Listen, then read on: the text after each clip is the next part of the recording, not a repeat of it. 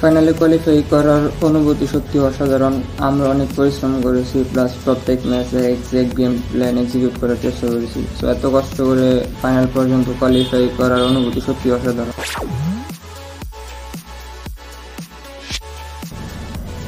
FFBC 2021-এর সময় আমরা সম্পূর্ণ নতুন একটি স্পোর্টস টিম ছিলাম। স্বাভাবিকতই আমাদের এক্সপিরিয়েন্স কম ছিল, তো তখন তত ভালো কিছু করতে পারিনি। বাট ভালো কিছু করার স্বপ্ন ছিল, সেই স্বপ্নকে চেস করতে করতে আসছি এতটুকু আসা।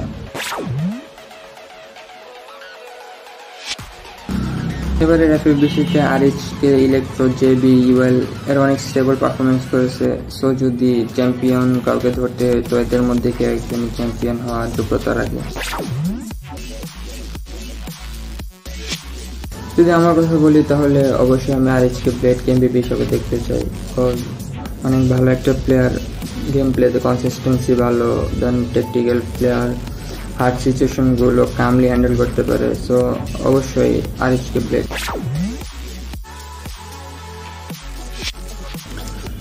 যদি স্মার্ট আইজিএলের কথা বলি তাহলে অবশ্যই আমি জেবি ফ্রিককে সবার উপরে রাখবো। ওর কলিং, জোন লিডিং, দেন টিমকে লিড দেওয়ার যোগ্যতা অনেক জোর। তার লিডারশিপ সত্যি প্রশংসনীয়। সে যেভাবে লিড দিয়ে তার টিমকে অনলাইন কোয়ালিফায়ারে টপ পজিশনে রেখেছে, তা থেকে বোঝা যায় ও কত দক্ষ এবং স্মার্ট একজন আইজিএল।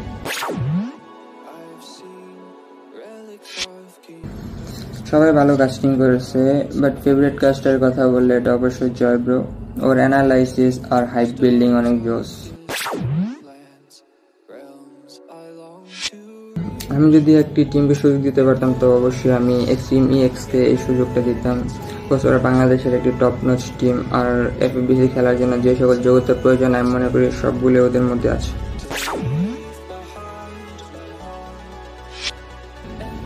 এবারে ব্রডকাস্টিং আর প্রোডাকশন আমি মনে করি আরো ভালো হতে পারতো।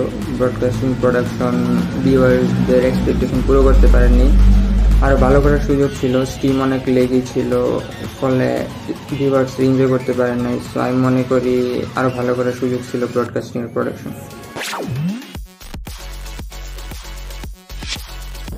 ফাইনালের জন্য প্রস্তুতি বলতে আমার টিম সর্বোচ্চ দিয়ে চেষ্টা করছে। Daily scream, coaching session, external practice, mindset training সব চলতেছে। ইমপ্রুভমেন্টের চেষ্টা চলতেছে। মূলত প্রধান ফোকাস হচ্ছে গেম মিস্টেকগুলোকে কমিয়ে এনে সর্বোচ্চটা দিয়ে খেলা। আগের সিজন আর এই সিজনের মধ্যে অনেক ডিফারেন্স লক্ষ্য করা যায়। নতুন ক্যারেক্টার এসেছে, সেই সব ক্যারেক্টার নিয়ে নতুন স্ট্র্যাটেজি, নিউ ফরমেশন, প্লাস টিমগুলো আগে থেকে আরো বেশি স্ট্র্যাটেজিক্যালি খেলা ট্রাই করছে। টিম ওয়ার্ক জোস। সো আগের থেকে এখন কম্পিটিশনটা অনেক বেশি করলেই চলে।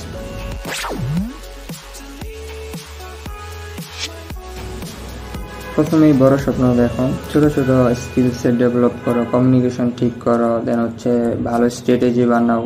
আর সবচেয়ে বড় কথা হচ্ছে ফোকাসড থাকতে হবে, সর্বোচ্চটা দিয়ে ফোকাসড থাকতে হবে। হেলাফেলা করা যাবে না, সিরিয়াস হলেই সব পসিবল।